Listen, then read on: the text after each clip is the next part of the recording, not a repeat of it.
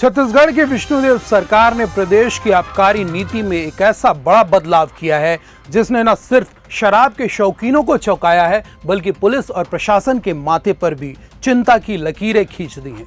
खबर सीधी और स्पष्ट है।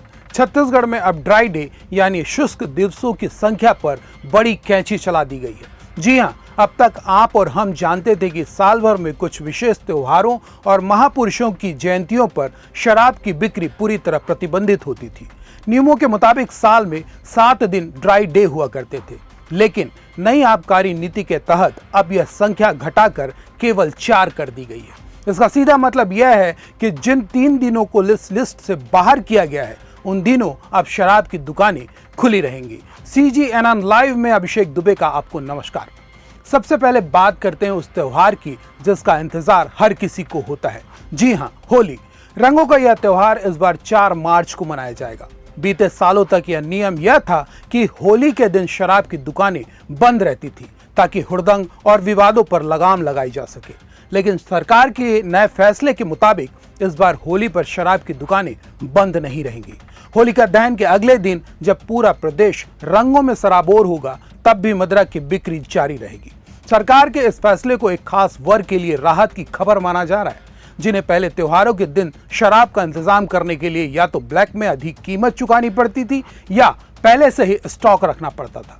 लेकिन सिक्के का दूसरा पहलू बेहद गंभीर है। होली जैसे संवेदनशील त्योहारों पर शराब की खुली बिक्री ने पुलिस और प्रशासन की चुनौती को दोगुना कर दिया है। हम सभी जानते हैं कि होली के दिन अक्सर शराब के नशे में विवाद, मारपीट और सड़क दुर्घटनाओं की खबरें सामने आती हैं। ऐसे में जब बिक्री पर कोई रोक नहीं होगी तो कानून व्यवस्था बनाए रखना पुलिस के लिए किसी अग्नि परीक्षा से कम नहीं होगा। अब पुलिस को न केवल हुड़दंगियों पर नजर रखनी होगी बल्कि ड्रंक एंड ड्राइव के मामलों से निपटने के लिए सड़कों पर अतिरिक्त बल भी तैनात करना होगा। भाजपा की सरकार का नैतिक रूप से पतन हो चुका है और शराब प्रेम में इतनी अंधी हो चुकी है कि अपने उत्तरदायित्व को भूल चुकी है। सरकार का उत्तरदायित्व होता है, जिम्मेदारी होती है लोगों को नशा से दूर रहने के लिए प्रेरित करना, पर इनकी मंशा तो ज्यादा से ज्यादा शराब बेचना है, शराब से मुनाफाखोरी करना है और काली कमाई करना है। राष्ट्रपिता महात्मा गांधी जी के पुण्यतिथि के दिन जो मदिरा विक्रय निषेध रहता है, अब सरकार ने फैसला किया कि उस दिन भी वो शराब बेचेंगे। आखिर सरकार किस हद तक नीचे गिर सकती है, ये इसका प्रमाण है। कांग्रेस पार्टी मांग करती है कि राष्ट्रपिता महात्मा गांधी जी के पुण्यतिथि के दिन जो मदिरा विक्रय निषेध रहता है और अन्य 2 महत्वपूर्ण दिनों में जो पूर्णतः शराब बिक्री बंद रहती है उन्हें पुनः लागू किया जाए और सरकार को शराबबंदी की दिशा में आगे बढ़नी चाहिए। नशा मुक्ति के लिए लोगों को प्रेरित करना चाहिए, ना कि नशाखोरी को, शराबखोरी को बढ़ावा देना चाहिए। इस सरकार पूरी तरीका से नीतियों के पैरालिसिस से जूझ रही है। सवाल यह उठता है कि क्या केवल राजस्व बढ़ाने के लिए सुरक्षा के साथ यह समझौता सही है?